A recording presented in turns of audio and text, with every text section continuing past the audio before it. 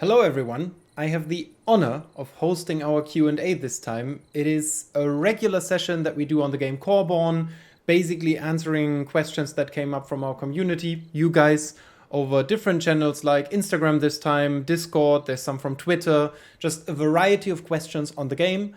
We originally planned to have two engineers with me here today, but you see, judging by the circles under my eyes and by our timeline, a little more on that at the end of this video, that we are full power working on getting this game back into your hands after the alpha, which was amazing. Also, that led to more interesting questions, but let us jump right into it. For this one, I record a little video. You see it down here. I kind of mirrored my video. Just to make it a little visually more interesting also, I did something I think kind of smart. Let's see if it works, because I generally go overtime with these and I'm trying to aim for 30 minutes this time. And I will do my very best to actually do that. We might even be faster because a lot of the questions I might be able to answer quite fast. But a little disclaimer, if you have not followed us yet, and if you feel like, hey, I would have also had some of these questions, or I would have had other questions that I would have loved to be answered in this video, then definitely head to our Discord, follow us on all the socials that we have available. That is mainly Instagram, Twitter. We also have a Reddit that we do our best to feed more information into. Mainly it is Discord though. That's where we first let you know about new information on the game, where we'll inform you on the upcoming tests and especially the upcoming early access, which will be a lot closer than you think it might be. So let's jump into it. The first question comes from Instagram. It is by Phil. Will there be mounts or tameable creatures in the game, or something similar to fast travel? I'll answer them separately in three questions, basically. Tameable creatures is more of a yes. In the early access release, there will not be any form of cattle, or animals that you basically make part of your base, or that you generally tame in some variety and then give you benefits or become mounts or whatever. We definitely want to do that though. It is a feature that we all are very much in love with, and we hope to make it part of early access phase 1, which includes everything that still happens within this year. Of course, I don't want to promise anything yet, but it is still on our roadmap. Also, we'll put a link in the description. Maybe there's an insert right now. The roadmap is live and available at all times. We generally update, or we regularly update it, and you can see everything that we're planning to achieve. So yes, on tameable creatures at some point, most likely. Mounts, though, that is also a yes. There will be some form of mounts, but currently we don't think mounts make sense yet, as basically our map size is not really benefiting from it. Travel time is something that people highly enjoyed during the alpha, actually. We received a lot of feedback that people loved roaming around the world, exploring it, even regularly going paths that they've already went on. And we are currently trying to make that more interesting rather than less interesting. I'm not saying mounts are not interesting. I'm saying they're generally a mechanic to make it easier for you to travel larger distances. First of all, our distances are not that large, and we would rather make that traveling even more interesting. So at some point, especially when we expand the map further, we will bring in mounts or some form of a fast travel mechanic that makes it so that you go faster on the map. We will additionally, though, potentially bring in a fast travel mechanic that allows you, for example, to go faster to Korheim, because that's just such an essential thing to our game loop, that you go to the capital to go on adventures and do other things. So yes, I hope that answers the question. Next one, also from Instagram, by Leah Outcast. Will there be Triastrodon, Tantra, and Venenarius NPCs? For everyone who doesn't know who these guys are, that's NPCs from the show that the lore behind this game originates from, Ultracore by Rocket Beans TV. I am also on that show. I originally wrote the lore for this world. These three guys will most likely not be in the game.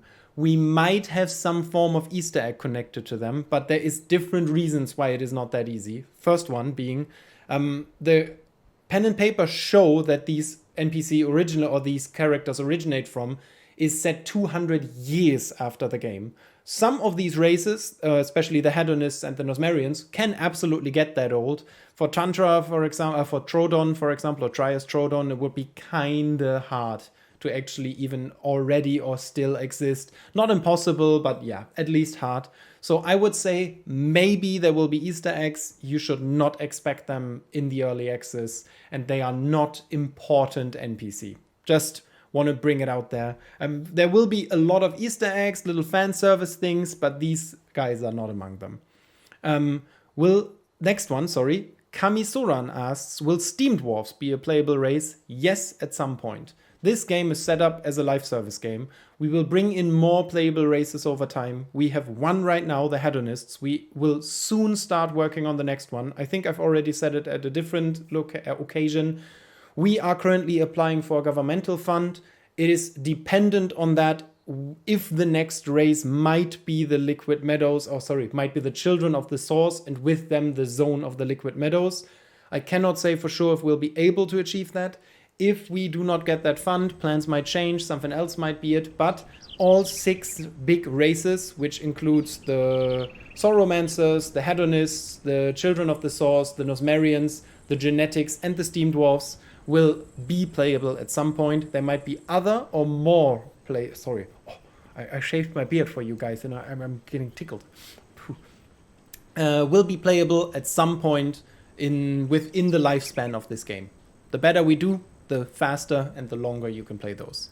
Next one again by Kamisoran. Oh, there is 4 questions by him, her, them coming up. Will Hedonists start with more money? Currently, money is not an important factor in our game. Hedonists will therefore not start with more wealth.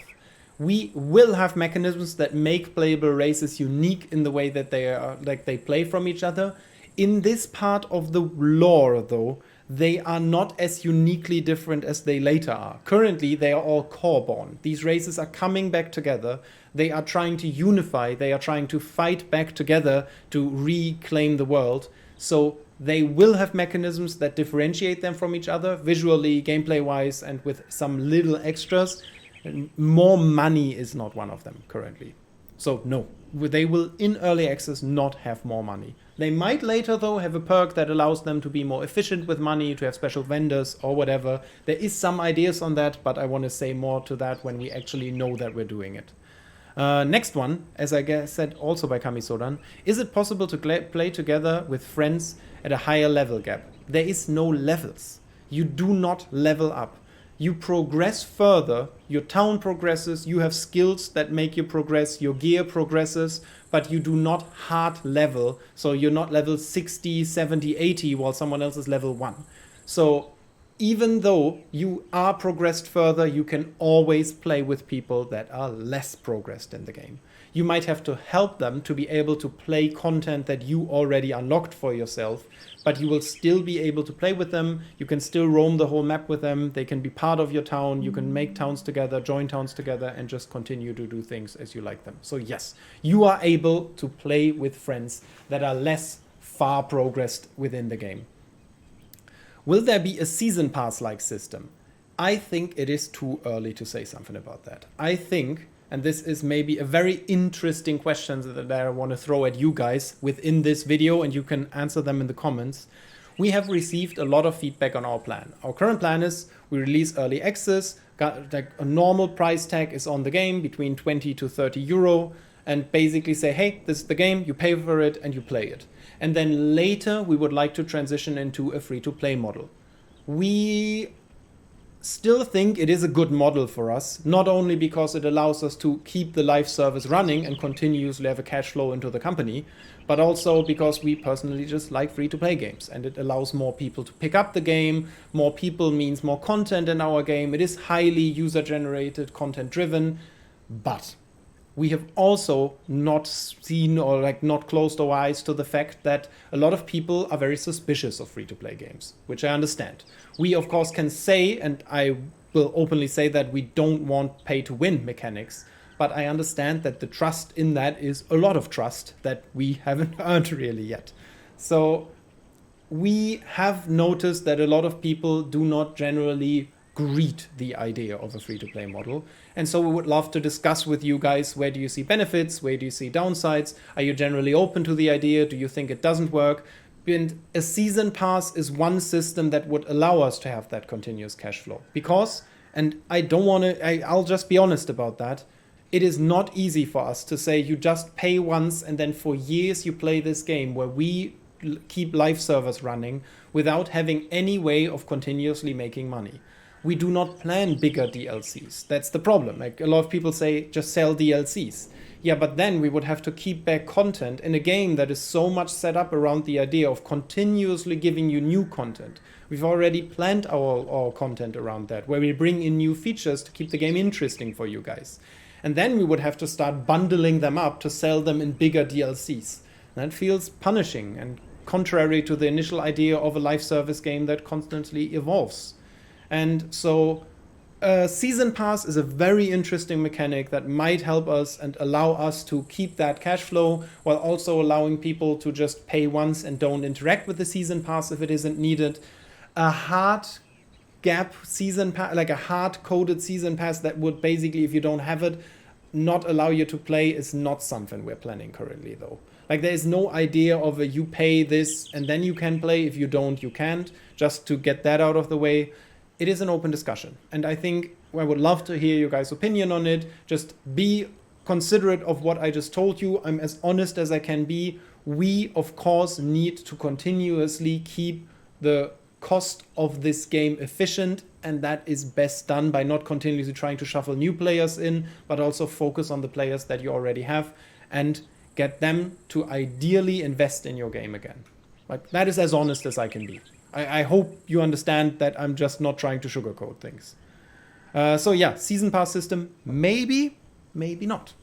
We think in seasons, season passes, I can't say for sure yet, just to be honest. Next one is from Twitter, Gaius Julius Caesar. Also, thank you for the content you created during the alpha.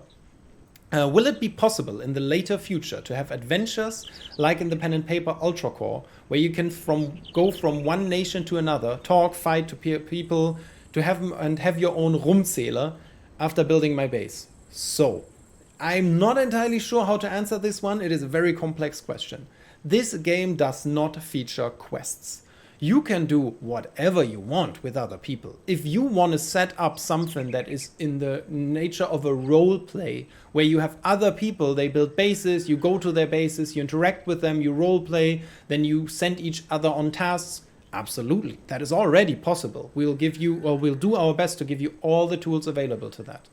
Rumzähler is a mechanic or an idea from the pen and paper, basically someone going out into the world, an Osmerian, trying to experience as much as possible to then come back and be a grown-up member of the society, which for Osmerians is around like several hundred years old, basically. That might at some point make sense in our world. I think it's like, it would maybe be an interesting mechanic to consider for Osmerians.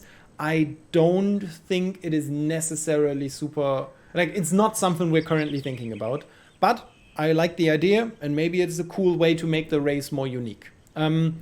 Everything else, yeah, you can talk to people, you can fight, you can set up your own roleplay stuff with other people.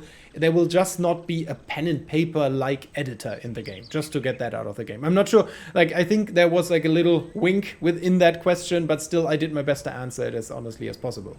Now we're coming to the Discord questions, and I have to check, because if you look at the video, it will at some point change the angle, which means 15 minutes is over. I basically change the view angle in the video, and then I do it again. That means I only have 5 minutes left, and I really have to hurry because 15 minutes are already over. Oh my god. I mean, worst case, I just restart the video. Also, let me know if you liked the general idea of this, like, oh wait, I have one there. If you like the idea of generally this video playing here, that is better than just my face. Which is already pretty puffy. We're working so hard. Anyways, Grish asked on Discord, is there any update on the planned... Fuck, there it is, 15 minutes. On the planned trading system of Korheim, Auction House Marketplace, and how it should work in the future, or is that still the discussion point within the team? So, it is still a discussion point. We originally wanted a very complex trading system. Then we thought, let's launch with one in the early access that is quite simple, just a straightforward marketplace, an auction house as you might know it from any MMO, basically. And then we discovered that a currency is, as much as we all know it and got used to it, not something that is necessarily super beneficial to our game. I know that your immediate reaction will be, or wants to be, no, I need a currency for easier trading and so on. It is hard to explain currently why that is not so easy, because we have a different mechanic that is kind of like a currency that solves so many other things a currency does. So you don't have to pay vendors with gold, you don't have to pay for traveling with gold, you don't have to pay for crafting materials with gold or anything from NPC. So the currency would literally only be for player trading, and we don't have a proper drain then, but we still might come up with something like that. I would say stay tuned. I know it is a disappointing answer. We will not launch with an auction house in early access. We decided to go, or early access launch. In early access phase 1, we will bring in a trade mechanic that we think is a good idea. It might be something unique. We'll just throw it at you guys, get your feedback, and then we see what it feels like. And if your feedback ends up being, hey, just give us gold so we can trade with gold, then we'll decide and change that. Just, we think we have a better idea, or a different idea, not even better, an idea that fits our game better. So yeah, it is still a discussion point. I think there's a lot of opinions on that. It is just very hard to give you all the context to understand why we're still discussing that, and why a lot of our game designers especially feel like a currency is not beneficial for our game. Like gold, basically, or something like that. Next one, by Zyborg35. Have you plans to create own level system, like leveling, fighting, fishing, or else, like Valheim? There is a skill system which basically has something similar to levels. It's expertises in our case. It is currently only related to crafting professions and gathering professions. Once more weapons come in, we will move it over to combat and more weapons. So I would say yes. There is something that is not a level system directly, but there is something that is a progression system that is in a kind of a skill tree like mechanic. We will soon be able to show more of that. I hope actually that in the next gameplay presentation I'll be able to share more of that.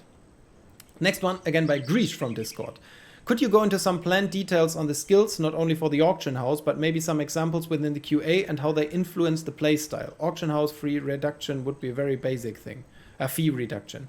That would be great to get an idea where things are developing towards. Skills are not at all currently interacting with the auction house. That would be absolutely mega overpowered, in my opinion, if I would have to pay less fees, especially if that would be our own our only currency drain.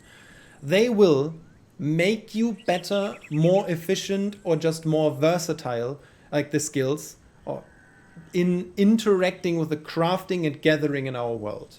They might even hard increase certain stats that you have. You might get stronger, you might get more versatile, you might be able to craft more things, to gather more things, to have higher chances of getting rarer things. That is the current setup. I am not saying it is completely out of question that at some point they might interact with the auction house or trading system, but we would move that probably to a separate page.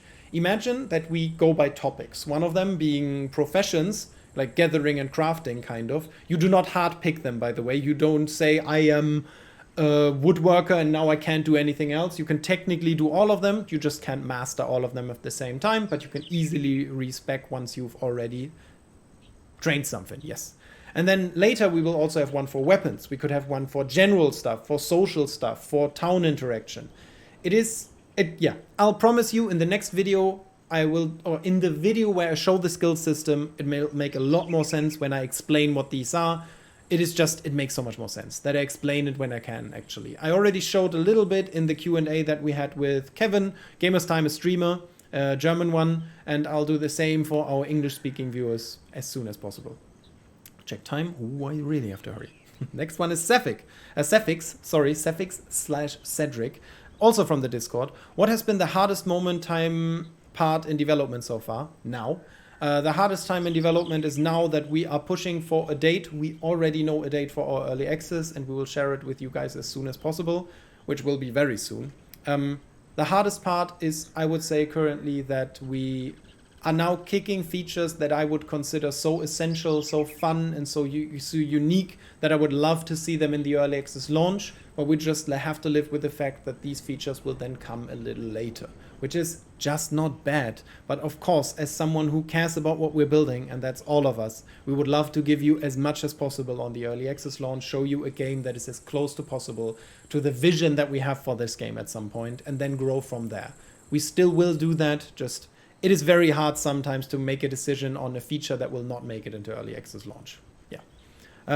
For me personally, I mean, I can't answer that for everyone else, but yeah.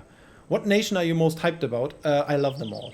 I think I might be most hyped about the genetics, as there is very little known about them. I think it's one of the laws that I think is most interesting currently to me, because within the show and the general questions from the community, there's been very little questions on the genetics yet, and I think they are one of the most interesting when it comes to the social setup of how they work, what's their role in this world is, and how we will visually design them. There's just so little on them yet. That's why I'm super hyped about learning more about them myself while we're writing them. Will we get a chance, again Cephix, sorry, will we get a chance to provide feedback on the new combat system before the open beta happens? We do not even know yet if an open beta happens. We will do our very best, but we might not be able to do one. We might also just be able to do a very short one. And before the open beta, you will see parts of the new combat system. So yes, you can give feedback on our Discord, on our channels. I would answer that with yes. You will be able to give feedback on the new combat system. Next one again, Cephix. Can you tell us more about our plans regarding rewarding cooperation? You told us that you gather more resources when doing so together, but will there also be other system for direct benefits? A reputation or karma system, for example. Social gathering, which is a weird term, but we haven't found a better one. But social gathering means that if two people harvest a resource, both of them get more from it. That might not make it into early access launch, but will come very soon after. We are still designing the whole game with the idea in mind that it should never be bad to encounter other people. You shouldn't steal stuff from each other. Like, it should not feel like, oh shit, there's another guy, better get all the resources quick. But rather, hey, if I work together with this guy, I actually get more resources and it's better for me. There is other systems like that, for example, adventures, where cooperation of course makes sense. And there's a little fuzzy thing here, where cooperation just makes sense, and it just makes sense to play with others. A karma system is something that we have not considered yet, to be honest. I would say there will very soon after the early access launch, or let's not say very soon after the early access launch, there will be events.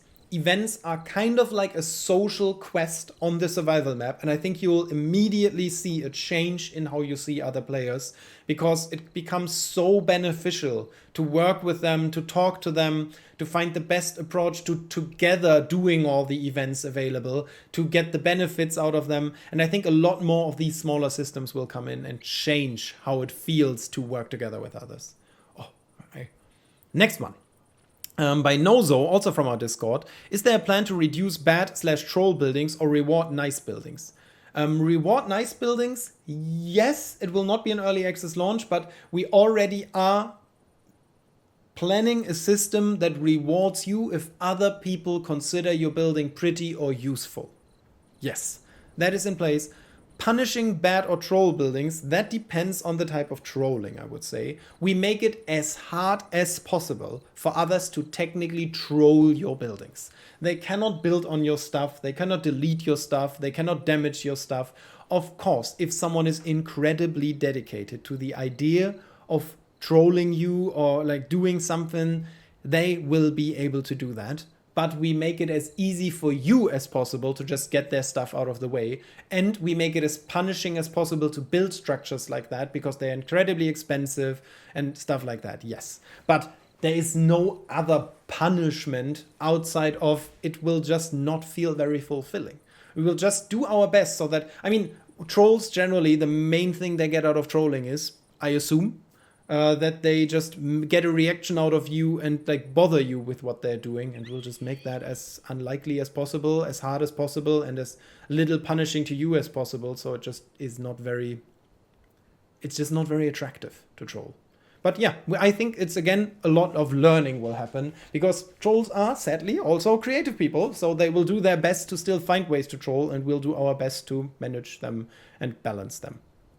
Oh, it's starting to rain in the video. Nice. Next one. Let me just quickly... here it is. But again by Nozo Discord. if build styles differ by nation, are they defined by character or the land you build in? What would be groups with different character nationalities? I would be in groups with different characters and nationalities. Build styles do differ by nation, but every nation can build every other nation's build style. They are defined in their usefulness by the environment they're in. It doesn't matter if you're a group out of 6 different races. As long as you're in the Liquid Meadows, for example, your buildings have to match the environment they're in, because they will be challenged by the environment. Let's say a wooden building is not a very smart decision in a very, let's just say, very fire-heavy environment, because they will just get a lot of damage. A stone building might not be the best decision in a very warm environment, because it might just, or an iron building because it heats up. Oh no, sorry. And a metal building might not be very smart in a very wet environment, because it will rust and deteriorate quite fast. And that's how you should imagine this. So let's just say in the Liquid Meadows, you build a building out of shell, because it's very light, very resistant to water, super good environment. But if you put the same building in the mountains, where it's very cold in Ambros, then they are just not very good at resisting temperature. They'll immediately start deteriorating and just not be what you're hoping for. And additionally, they will in the future be challenged differently by by enemies that fight them. So a very weak building might be super easy and quick to set up, and it might be the best choice for that environment, but then it also has very low AP, or your enemies will at some point adapt to what you're building with and try to just find the best way of destroying your building. Maybe if you build something that is super resistant to fire, they'll suddenly come with water or ice to fight you. And that's how you can imagine that. Next one again by Nozo. Will it be possible to have multiple towns? A group wants to have one main town, something like a base camp on the border of a difficult terrain. I cannot stress this enough. You do not own a town. It is not your town.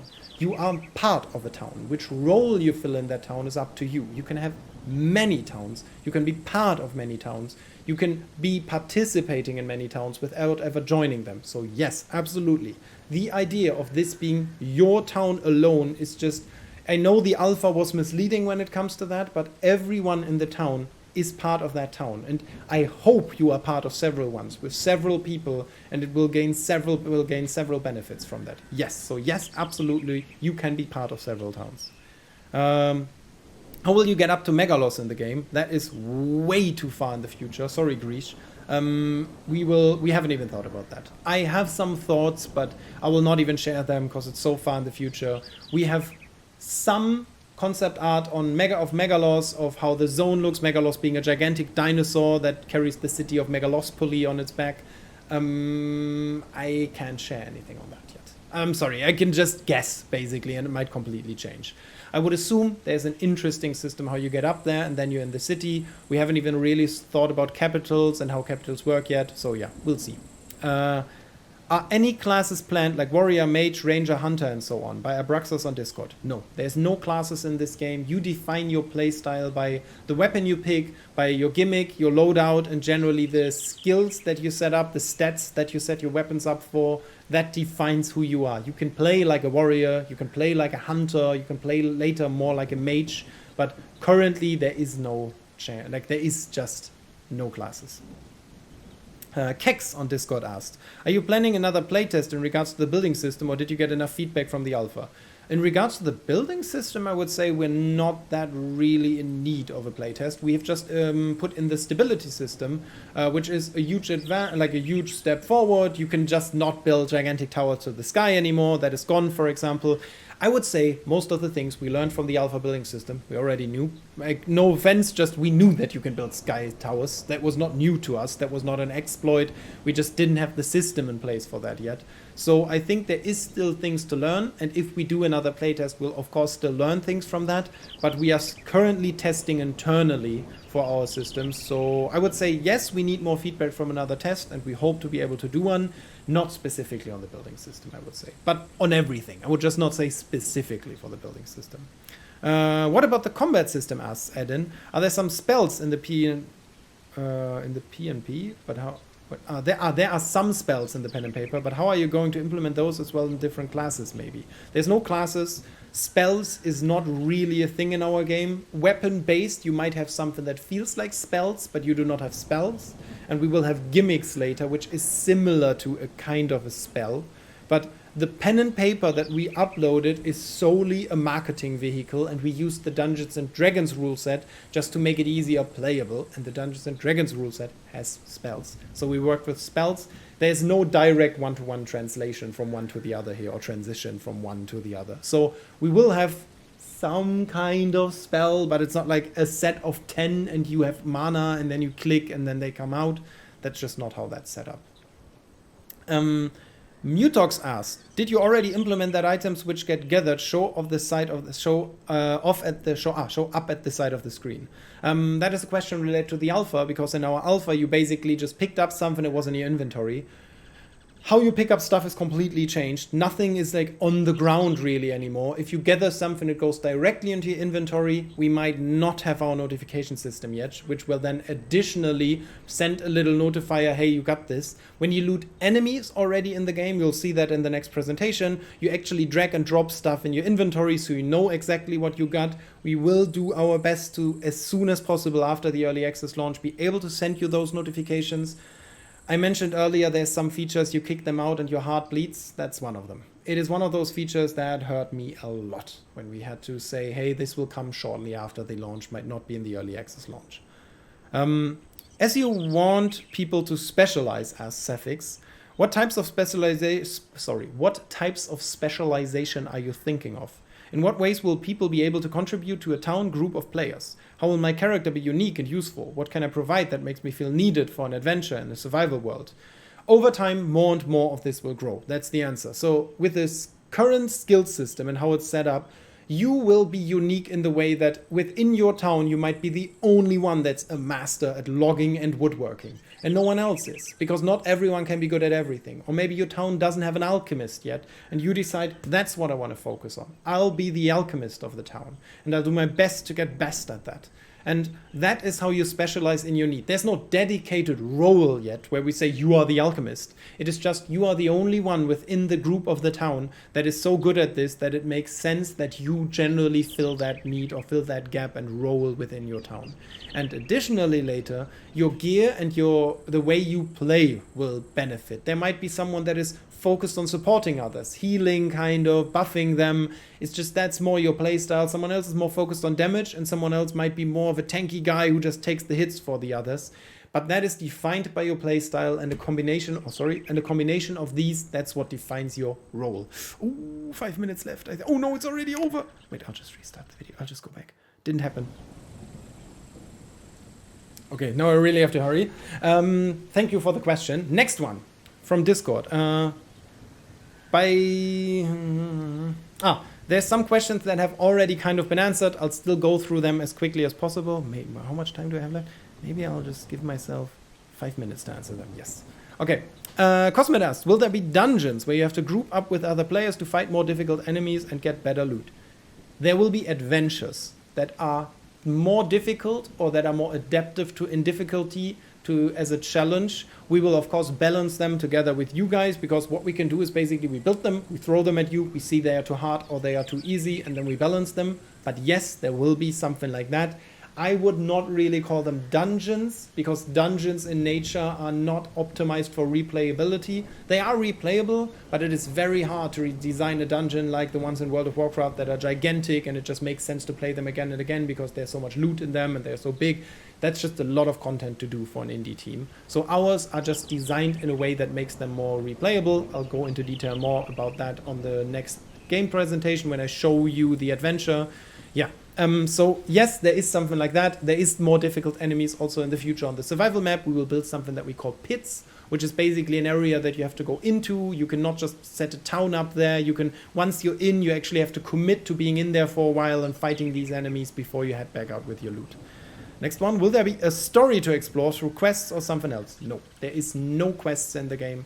There is some kind of a story, there is different story elements, they will grow over time. There's not nearly as many of them as I would like to be at this point, but there's no dedicated quest line. I know a lot of people are asking this, and I cannot stress this enough. We are not building a game for the sake of making an Ultracore / pen and paper game. We are making a survival game, and coincidentally, we love the idea of doing that in the world of Ultracore. So that's why Coreborn exists. It is not a game for a pen and paper or a universe. It is the other way around. The universe just fits so well to the idea of this game. And that's why there is just no quest line. That's not the idea of the game. It is not a classical RPG where you play a unique storyline. You write your story. It is sandboxy. You interact with others. That's how story happens in this game. There is lore elements, though, that are that you can experience. Will there be an in-game shop to buy cosmetics? Currently, there is none. There is no in-game shop. We haven't planned it for early access yet. We are not developing it yet. We, as I said in the beginning, and I think that goes back to the start, we are considering to go to free-to-play at some point. Love your feedback on that. We think it is maybe a really good option for us. Maybe it isn't. Maybe we find a better way. So no, currently there isn't. We are not developing one, but one day there might be, yes. Will there be achievements? Yes, at some point, not on early access launch. I just want to be honest about that. We love achievements. We definitely want to do them. We just run out of time. And we felt like, let's focus on gameplay for now. And like to the full launch, for sure. And within the early access at some point, yes. But now there are no achievements yet. No. Has bad weather exclusively bad effects on player structures? Or does it have positive ones as well? For example, rain damages buildings but increases growth of plants. At this point, some of the effects actually have positive effects to some degree. That will later get more once we bring in farming. Farming being like you grow plants or like growing and harvesting. So yes, that is planned. You will not see it as much as we wanted to be there in the end. But yes, it is a thing, or it will become a thing. Then the last one is PvP in the open world enabled by default? PvP in the open world does not exist. There is zero PvP in this game.